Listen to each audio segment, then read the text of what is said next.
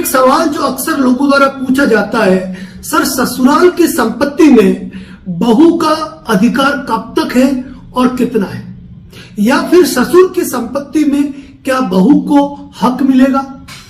जी नहीं, ससुर की संपत्ति में बहू का कोई भी हक नहीं है। ससुराल की संपत्ति में बहू को कानूनी रूप से किसी भी प्रकार का हक और हिस्सा नहीं मिलता है। वह अपना जो भी हक और हिस्सा प्राप्त करती है वह अपने पति के माध्यम से प्राप्त करती है। उसके स्वयं के आधार पर उसे किसी प्रकार का हक या हित ससुराल की संपत्ति में या ससुर की संपत्ति में नहीं मिलता है।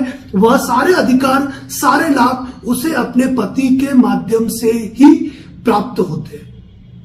एक पिता क्या अपने पुत्र, अपनी संतान को बेदखल कर सकता है?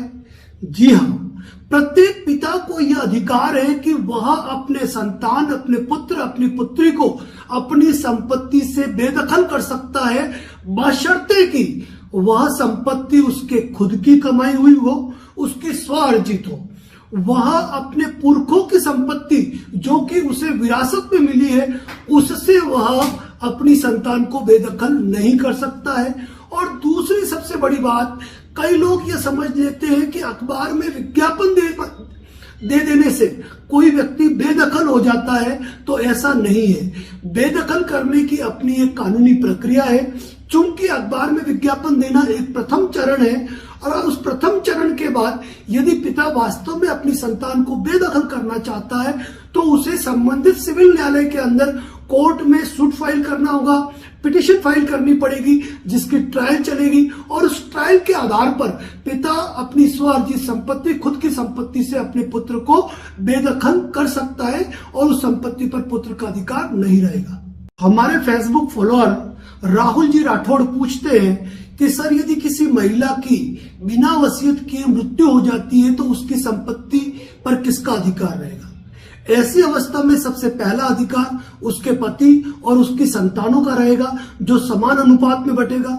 इसके अलावा ये मौजूद नहीं है तो उसके पति के वारिस है, पति के वारिस को यह संपत्ति प्राप्त हो सकती है। यदि उसके पति के वारिस मौजूद नहीं है तो ऐसी अवस्था में उसके माता पिता इस संपत्ति को प्राप्त कर सकते हैं। यदि ऐसी अवस्था में जब उसके माता पिता भी मौजूद नहीं है तो फिर उस महिला के पिता के वारिस जो है वह उत्तराधिकार के अंतर्गत संपत्ति को प्राप्त कर सकते हैं। और ऐसी अवस्था में जब पिता पक्ष के वारिस भी उपलब्ध नहीं है तो ऐसी अवस्था में माता पक्ष के जो उत्तराधिकारी है वह उक्त संपत्ति में अपना हक जता सकते हैं। यह है महिला के उत्तराधिकार से संबंधित वह लोग या उन लोगों का समूह जो गरीबों के साथ डरा धमकाकर, पैसा देकर या फिर कोई अनुचित लाभ देकर लोगों को जबरन धर्मांतरण का काम करते हैं।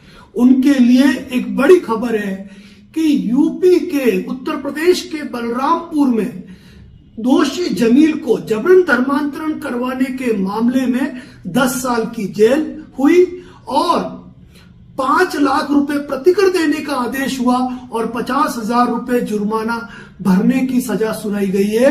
तो जबरन धर्मांतरण कराने वाले लोग अपनी इस मुहिम पर पाबंदी लगाए, क्योंकि यदि आप भी ऐसे किसी मामले में दोषी सिद्ध होते हैं तो यह सजा आपको भी हो सकती है।